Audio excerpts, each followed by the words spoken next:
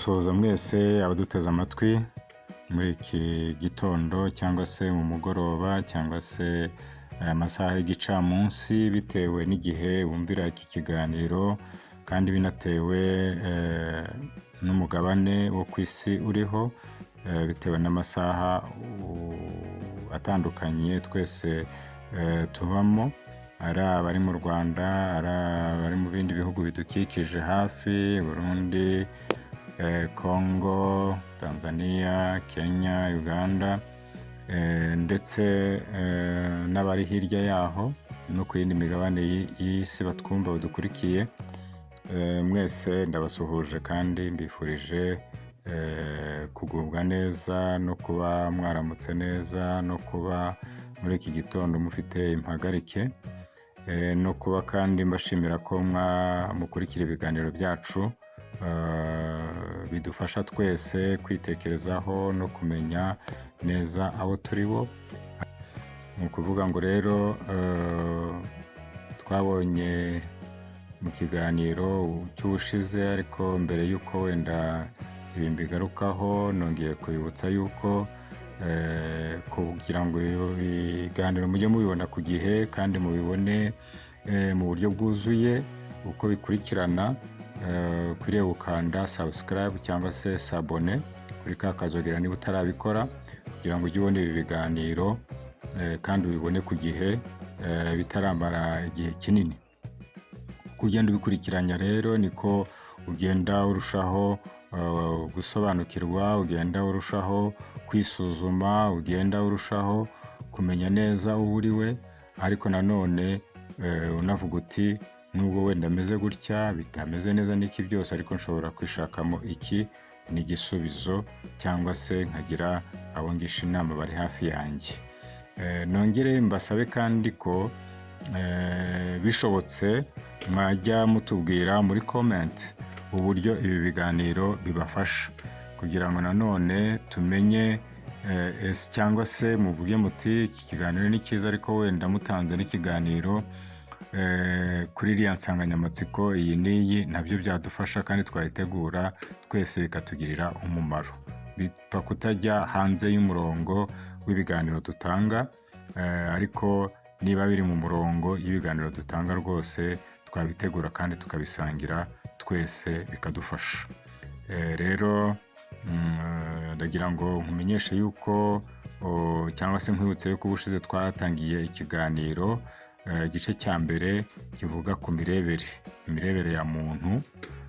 Twasanze ubwoko bw'iyo mirebere iyo ari yo, tugerageza gusobanura icyo imirebere isobanuye. Twasanze ko hari imirebere dusangiye n'inyamaswa, ariko hakaba n'umwihariko w'umuntu agira ku mirebere, haba ku bituzengurutse, ku mpinduka z'ubuzima, imibanire agirana n'abandi, ndetse n'uburyo ubwe ashobora kuba yibona, ndetse n'uburyo ashobora kuhabona isi. Twasanze iyo mirebere ariyo dukwiye kwibandaho cyane cyane, kuko ariyo idutandukanya n'iy'inyamaswa, kandi ko ariyo ishobora kugira ishobora gutuma tugira imibereho myiza cyangwa mibi bitewe n'iyo mirebere ikwiye cyangwa se idakwiye. Rero ibyo twabonye byose ni uko ikiganiro cya kabiri cyagombaga kwibanda cyane cyane kuri ibi byumvo, uko ari ibiri idutandukanya n'inyamaswa, nyamara imirebere ikomeye cyane ishobora gutuma tugira ubuzima bwiza cyangwa se tugira ubuzima bubi. Nshatse kuvuga ahangaha ntabwo ari ubukene bw'ibigaragara cyangwa se ubukire bw'ibigaragara, ahubwo ni ubukire cyangwa se ubukene bw'umutima, cyangwa se ubukene bushingiye ku buryo twibona n'uburyo tubona abandi, bishobora kudushyamiranya na bagenzi bacu. Rero ahangaha tugiye gushyira imbaraga cyane cyane mu mirebere idakwiye, kuko imyiza yo twasanze yuko nta kibazo rwose iteye, ndetse nta n'uyitindaho kuko nta kibazo yateje. Ariko imirebere mibi cyangwa se idakwiye niyo iteza ibibazo. Hari uburyo nyine twibona iyo tubona bagenzi bacu, ndetse n'uburyo birema imyumvire itariyo, bigatuma bikatugiraho ingaruka, ndetse bikaba byagira n'ingaruka no ku bandi bagenzi bacu. Rero muri iki kiganiro cya kabiri, iki gice cya kabiri cy'imirebere tugiye kurebera hamwe, ni imirebere nanone ifitanye isano n'uko nyine tutabona neza ibintu uko bikwiye. Noneho tuyikurikire twumve, noneho binadufashe kwireba, kuko ni nk'aho iki kiganiro rwose ari indorerwamo kidufasha kwibona, bidufasha kubona uko tubona isi, bidufasha kubona uko tubona abandi. Iyi mirebere rero niyo ishobora gutuma sosiyete iba nziza cyangwa se sosiyete ikaba mbi bitewe n'iyi mirebere itariyo. Murumva rero ko ifite ingaruka cyane ku mirebere cyangwa se mu buryo isi ibaho, n'abantu babana, n'uburyo babana n'ibindi. Ikindi ni uko wenda tuzabigarukaho nyuma, ariko iyi mirebere irema mu muntu ikintu kitari cyo kandi akakigenderaho, kandi yubakiye rwose ku kinyoma cyambaye ubusa. Noneho bigatuma afite ukuntu abona isi rwose mu buryo budahinduka, kandi nyamara atari ko iyo si imeze, atari ko abo bantu bameze, yewe nawe ubwe atari ko ameze. Hari igihe rero ibi byose biza, hanyuma bigatuma umuntu agira ubuzima bubi bw'imitekerereze, kuko imitekerereze yacu cyangwa se imirebere yacu niyo igena abo tubabo, uburyo tubana n'abandi n'ibindi. Aha rero ndibutsa ko hari igihe nubwo iyi mirebere wenda tuvuga ko hari igihe bitameze neza, ariko nanone hari igihe iyi mirebere iba ivuga ukuri cyangwa se ibona ibintu uko biri, byaba byiza cyangwa se byaba bibi. Aha nashaka kuvuga ko hari abantu bagira ibyo bapfa n'abandi bose babibona rwose, ku buryo abantu bavuga bati uyu muntu rwose yakoshereje mugenzi we, yamuhemukiye cyangwa se aramuhemukira, ndetse n'amakimbirane bagirana ava cyane cyane ko uriya muntu ari mubi rwose. Ibintu bikaba bizwi ko umuntu runaka ari we mubi bakurikije uko basanzwe babona ibintu n'imibanire y'abo bantu babiri bashyamiranye. Ni ukuvuga ngo rero ntabwo igihe cyose imirebere ishingiye ku byo, imirebere ishobora gutuma abantu bagira ibyo bapfa, ni ya mirebere mibi cyangwa se yibeshye ituma umuntu ashobora kuba yagirira mugenzi we nabi kuko yamubonye uko atari.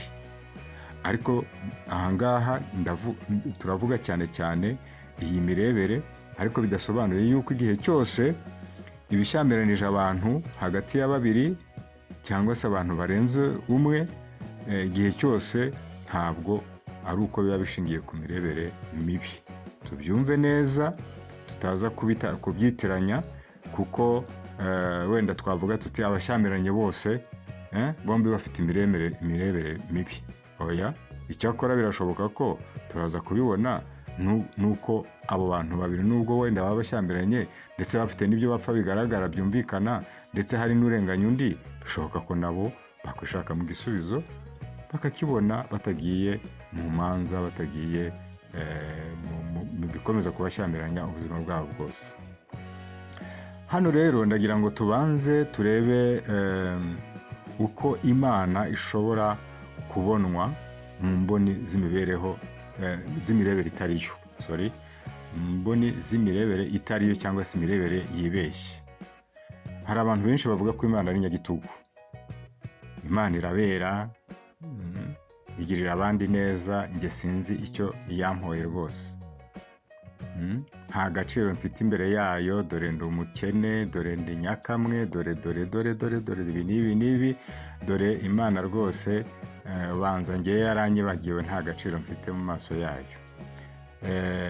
Bariya rwose dore Imana yabagiriye neza, yarabahaye, Imana zarabahaye mu kinyarwanda barabivuga, icyakora izi ngizi bagize nyinshi sinzi izo arizo, cyangwa se ni za zindi zashingirwagaho abantu baterekera cyangwa se bakora ibindi.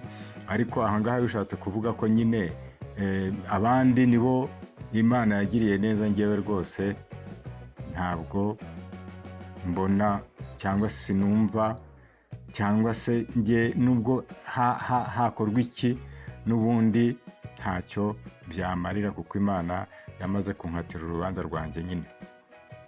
Uko isi n'ibidukikije bishobora kubonwa bijya gusa n'ibi ngibi, kuko isi ni nko kuvuga ngo ifite ibyo itanga, ariko ni nko kuvuga ngo ifite ibyo itanga ariko ishobora no kutagira ibyo itanga, cyangwa se ikabikwaka. Hari ukuntu nyine ibintu dushaka kubiherereza ku isi ku bandi kuruta uko twebwe twabyihererezaho. Rero isi hari abavuga ko ari iya bene yo, hari abantu nyine bayishyikiriye bahiremewemo rwose, bayigirira nk'umugisha. Njye nta kimariye usibye kuyibabariramo gusa. Hari umuntu nyine wibona cyangwa se ubona isi atyo, nta gaciro mfite mu bandi. Hari umuntu wumva nyine mu bandi nta gaciro, arisuzuguye cyangwa se atekereza ko n'abandi bamusuzugura. Isi ifite abayo yaremewe, njye naje guherekeza abandi. Hari ukuntu abantu bibona batyo. Ntacyo ibiri ku isi bimaze, no kubyangiza ntacyo bitwaye. Ayandi magambo ni ukubyuka ugenda, ibyo wakwangiza ntacyo bitwaye, byagira ingaruka kuri wowe cyangwa se no ku bandi, ibyo ntacyo bitwaye rwose. Isi ntacyo bivuze kuri jyewe. Uko nshobora kwibona nta gaciro mfite, ndi mubi, nzahora ndi umukene, ubwiza n'amashuri nize rwose ntacyo bimariye na gato. Ejo hazaza simpibonamo, mfite ubwoba bw'uwo ndiwe, nditinye, cyangwa se numva ntazi icyo ndicyo, cyangwa se nshoboye kwisobanukirwa, bya bindi nyine byose byo kwitesha agaciro umuntu yibonamo. Nta cyizere nifitemo, ni ukuvuga ngo ndumva ntacyo nshoboye, ndumva ntacyo namarira abandi, ndumva mu buryo mbese bw'icyerekezo kitari cyiza. Nta cyizere nifitemo, ndetse wenda nta n'icyo mfitiye abandi. Ndi umuntu mubi.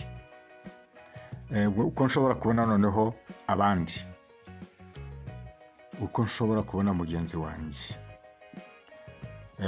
ni umuntu mubi, nkwiriye kumwirinda rwose. Nta cyiza agira, arirata, aribonekeza, ngomba kumugendera kure kuko ntinya ko yanangirira nabi. Mbese uyu muntu ni umuntu udashobotse pe. Noneho ukava kuri wowe ukajya no ku bandi utekereza ko bashobora kukujya inyuma, uti noneho bantu banjye mumenye ko uriya muntu ari mubi cyane, kandi mumugendere kure bishoboka, kuko ashobora kuzabagirira nabi. Kuko nanjye mujye mumenya ahubwo ko ningira icyo mba nzaba ngitwawe n'uriya. Namwe nimwibaze. Nta cyizere mugirira rwose, ntacyo nakorana nawe, n'ibindi wakongeraho byawe ni byinshi. Iyo umuntu abona mugenzi we kuriya, uyu muntu bashobora gukora n'iki? Ndagira ngo mbibutse ko ibi bishobora kuba ku muntu uwo ari we wese, byaba bucece cyangwa mu rusaku, byose birasa kuko bivuna nyirabyo mu buryo bungana. Ni ukuvuga ahangaha, nubwo turimo kubivuga, ariko umuntu ushobora gusanga abona mugenzi we kuriya. Ntabwo mvuze bose, ushobora kuba ari umwe, ushobora kuba ari babiri, ushobora kuba ari batatu, cyangwa umubare wowe ushobora kuba uzi. Ariko hakaba n'abandi wenda ubona neza, nabyo birashoboka, kuko ntawe ubona abantu bose kimwe ngo habone bose ko ari babi. Ariko hari n'umuntu uvuga ati abantu se ninde wakwizera ko mbona abantu babaye nk'inyamaswa, ibintu nk'ibyo ngibyo, akabishyira mu kintu kimwe mbese ku buryo nta muntu muzima abona. Byose birashoboka. Rero bishobora kuba bucece umuntu atabivuga, biri mu mutima we, birwanira mu bwonko bwe, bimutera imijinya, bimutera ibintu byose bishobora kumwangiza, cyangwa se bikaba mu rusaku.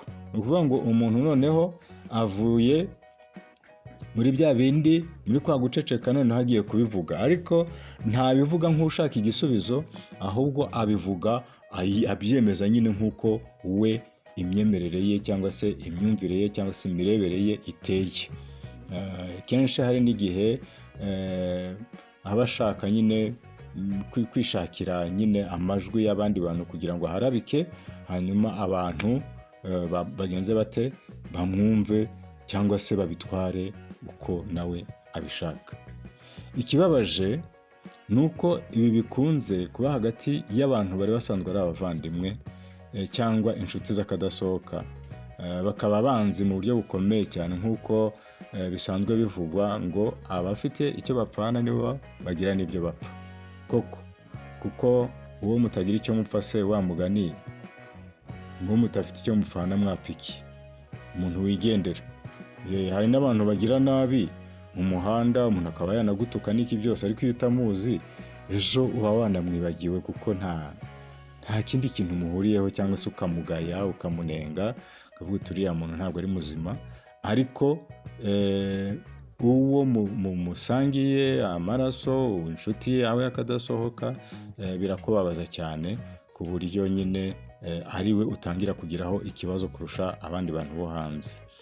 Uko bikomera rero niko abantu barushaho gushaka imbaraga z'ababashyigikira, bigahita biri mu dutsiko duto ku mpande zombi, ndetse bikaba byarema n'amatsinda manini, uhereye ku muryango muto ugafata undi muryango wundi, noneho ya miryango yombi igasa naho buri ruhande rugiye gushaka amajwi mu buryo bwo kubashyigikira kugira ngo babwire abantu benshi bari mu ruhande rwabo, hanyuma habe rero impande ebyiri zihanganye.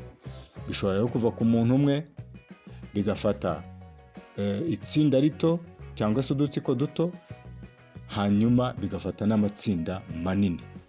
Niyo mpamvu bumva ngo hariya ni kwa kanaka, ariko ruriya rugo na ruriya n'ababakomokaho bose ntabwo bagenza bate, ntabwo bumvikana. Ndetse n'abagerageze kubana, hari igihe usanga babana mu by'ukuri bya nyirarureshywa, mu buryarya bwinshi, cyangwa umubano hagati yabo ukabura burundu, kandi bikaba byakongeza n'amatsinda manini nk'uko nari maze kubivuga. Hano ndagira ngo dufate urugero rw'umwami Sawuli. Sawuli ni umwami wabaye umwami w'Abisirayeli. Yagize rwose imirebere itariyo kuri Dawidi. Ababishaka muzabisome mu rwa mbere rwa Samweli igice cya 24 umurongo wa 10 wa mbere kugeza wa 12. Uyu Sawuli niwe mwami wabaye umwami wa mbere mu Bisirayeli, kuko yaje asimbura abitwaga abacamanza. Yaje asimbura umucamanza witwaga Samweli, none ni nawe wamwimitse rwose. Hanyuma rero uyu Sawuli aza kwima ingoma y'Abisirayeli, ndetse akajya agabwaho ibitero akabitsinda, abifashijwemo n'ingabo z'Abisirayeli, ariko nanone cyane cyane abifashijwemo n'Imana, kuko Imana niyo yatangaga uburenganzira bwo kujya kugaba ibitero ahantu bitewe n'icyo gihugu uburyo wenda cyabonaga Isirayeli, cyayisuzuguraga n'iki byose, Imana igashaka kwihesha icyubahiro mu banyayisirayeli. Hanyuma rero umwami yagaba ibitero, bigenze bite? Agatsinda urugamba. Ibi byabaye inshuro nyinshi, hanyuma rero biviramo Sawuli kwihimbaza no kutumvira Imana ye, kuko hari aho yamubwiye ngo genda utere, hanyuma ugaruke, ariko ntugire ikintu na kimwe unyaga. Aho kugira ngo abikore nk'uko Imana yamutegetse, ahubwo agenza ate? aranyagazana iminyago kandi Imana yabimubujije. Bituma rero Imana imuvanaho amaboko cyangwa se imukuraho amaboko, yimika Dawidi. Dawidi amaze kwimikwa rero, Sawuli yatangiye kumugirira ishyari. Noneho amaze kwica Goliyati, nibwo Abanyayisiraheli bamuhimbiye indirimbo, aravuga ngo Sawuli yishe ibihumbi ariko Dawidi we yishe iki? Inzovu. Maze ishyari riragenda rirakura cyane muri we, atangira kumuhiga ngo amwice, kugeza aho yahagurukanye ingabo 3,000, ariko ntiyabigeraho kuko Imana yari igihagaze kuri Dawidi.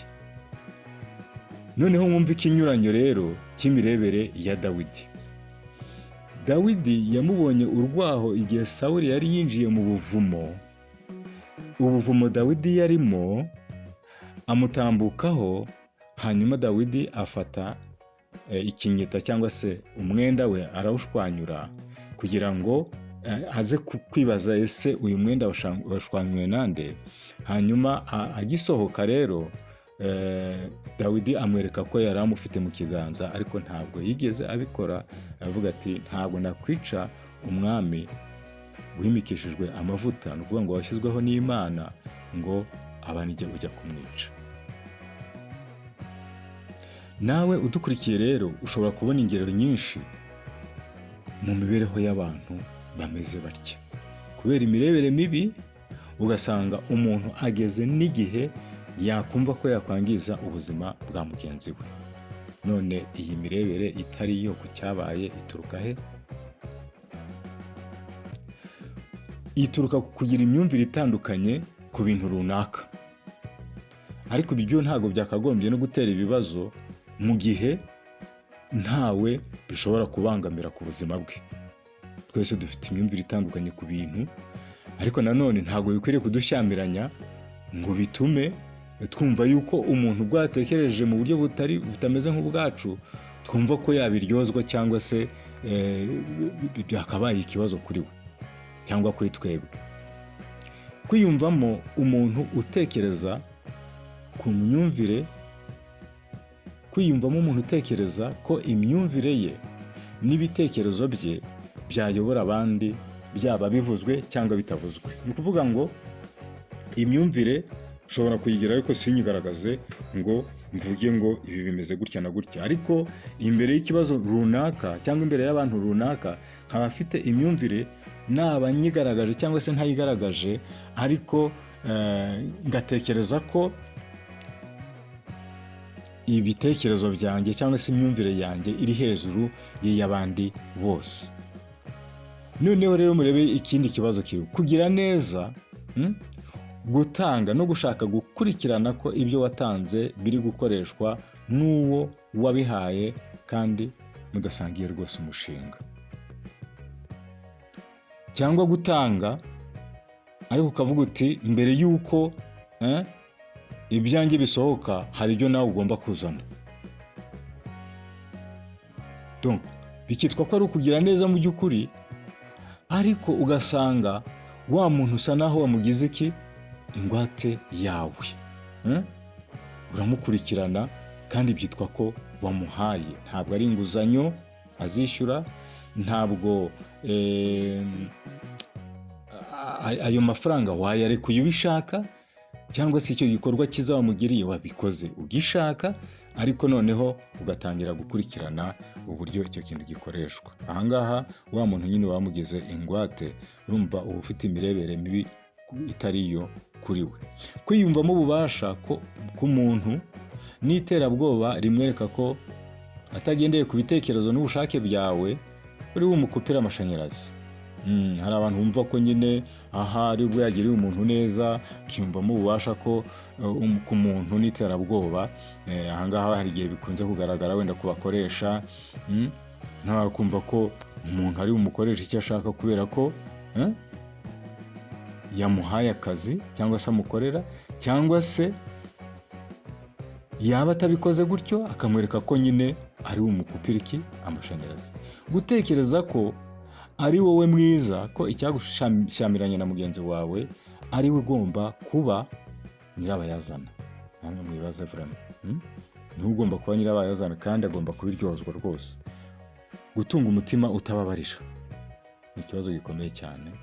Gushaka kwikiranura na mugenzi wawe, ushaka kugaragaza neza mu bandi no gutanga abagabo. Ni ukuvuga ngo hari igihe umuntu avuga ati nashamiranye n'abantu, ese abantu barabibona bate, barabyumva bate, reka noneho ngewe ngaragaza yuko nshaka kwikiranura nawe, ariko ari ukugira ngo ngaragaze ububi bwe ndetse n'abandi bose babibone ko ari uko bimeze.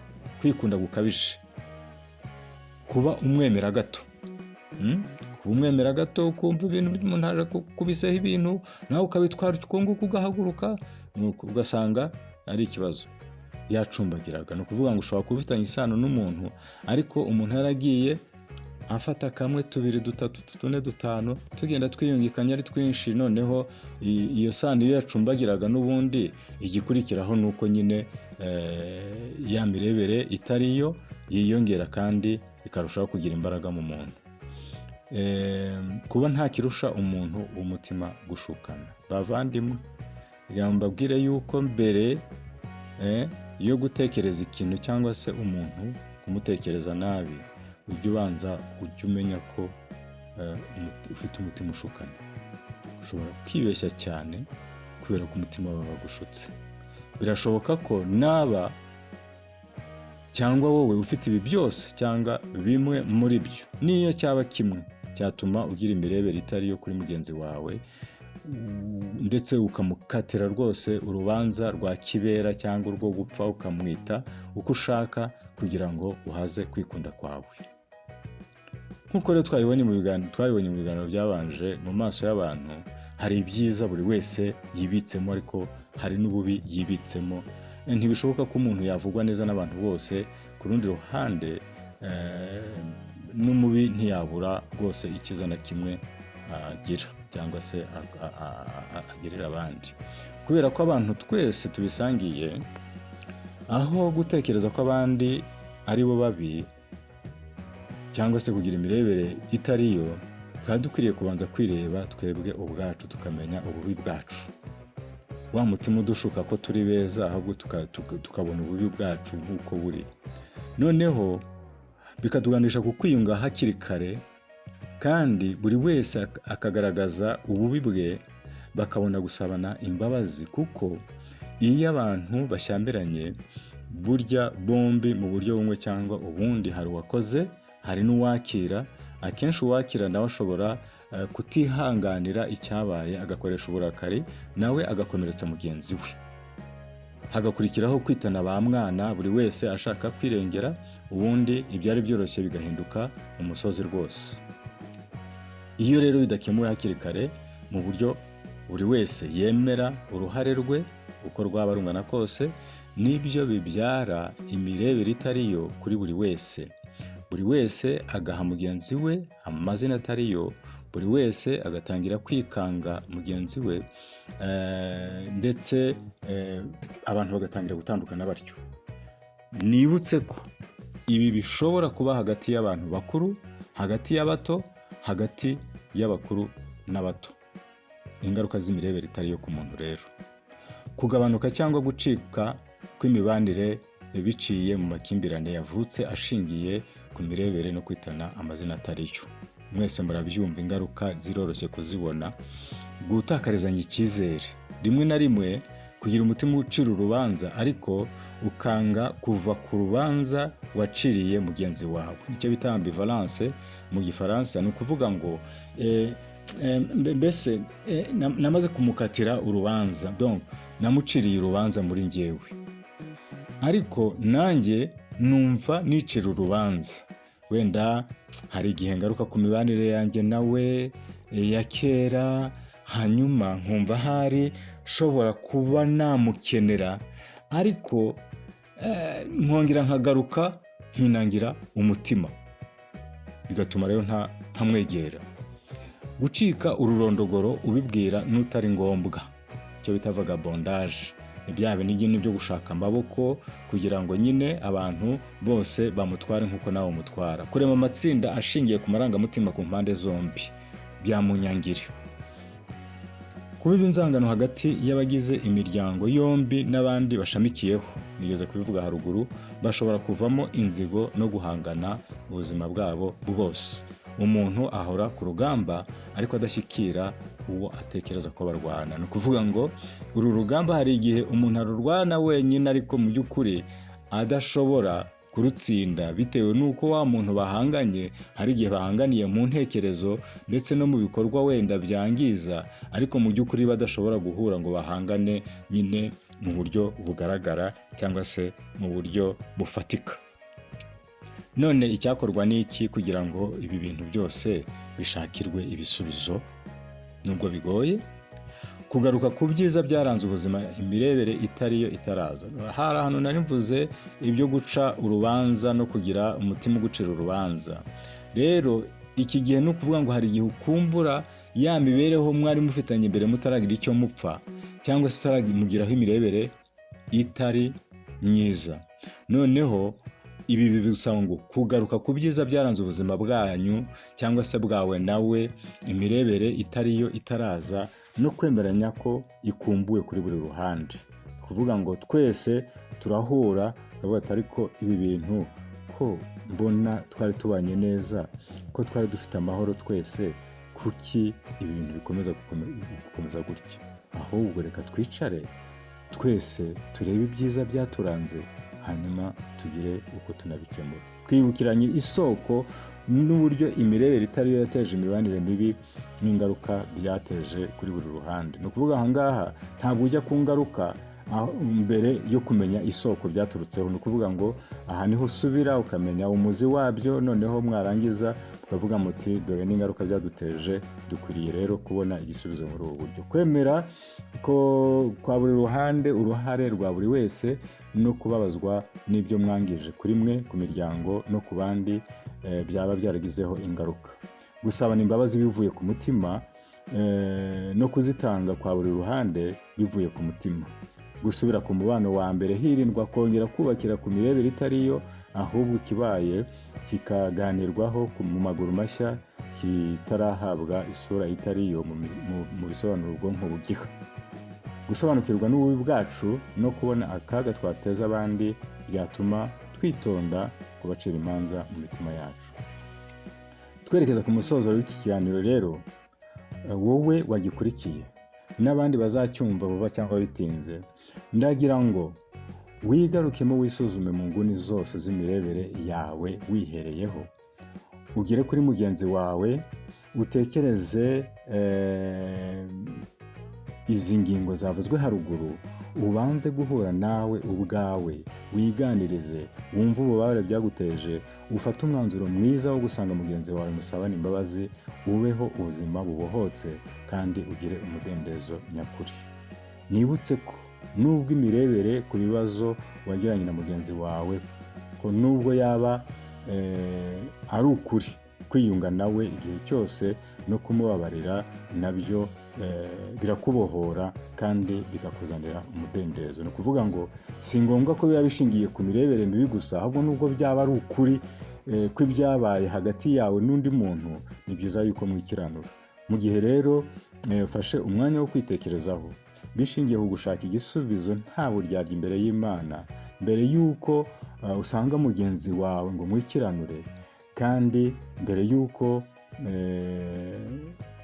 usenga cyangwa nyuma yo gusenga wiherereye usome amagambo akurikira muri Zaburi 55 umurongo wa 23, aravuga ngo ikoreze Uwiteka umutwaro wawe nawe azawusohoza. Amen. Yesaya 41 umurongo wa 13 aravuga kuko njyewe Uwiteka Imana yawe nzagufata ukuboko kw'iburyo. Ni ukuvuga ngo wafashe icyemezo cyiza cyo gusanga Imana yawe, nkubwire nti witinya ndagutabaye. Hari igihe wumva hari urusobe rw'ibibazo byinshi bidashoboka gusubiza, ariko niba ufata icyemezo cyiza, Uwiteka azagufata ukuboko kandi arakubwira ngo witinya ndagutabaye. None aha ngaha ntabwo ari mu nzagihe, ahubwo ndagutabaye mu gihe ugifata iki cyemezo, maze ubohoke, maze ugire umudendezo, maze ugire imibanire yawe bwite myiza kandi ugire n'imibanire myiza n'abandi. Wibuke rero gukanda subscribe ku bakoresha icyongereza na sabone ku bakoresha igifaransa kandi ubisangize n'abandi ukoresheje iyi link. Turagusaba ko wajya utanga comment cyangwa se washaka ukajya mu gikari, hari nimero iri kuri iriya channel ushobora guhamagaraho, hanyuma ukaganira natwe mu gikari cyangwa se ukatwandikira kuri WhatsApp. Ni 07 34 13 44 6, 07 34 13 340 13 44 6. Imana rero igufashe kandi ukomeze kugira ibihe byiza, utangire urugendo rwo kwibohora no gushaka umudendezo nyakuri ushingiye ku mirebere myiza, haba kuri wowe, isi, Imana ndetse na mugenzi wawe. Imana igufashe kandi ukomeze kugubwa neza. Mbifurije ibihe byiza.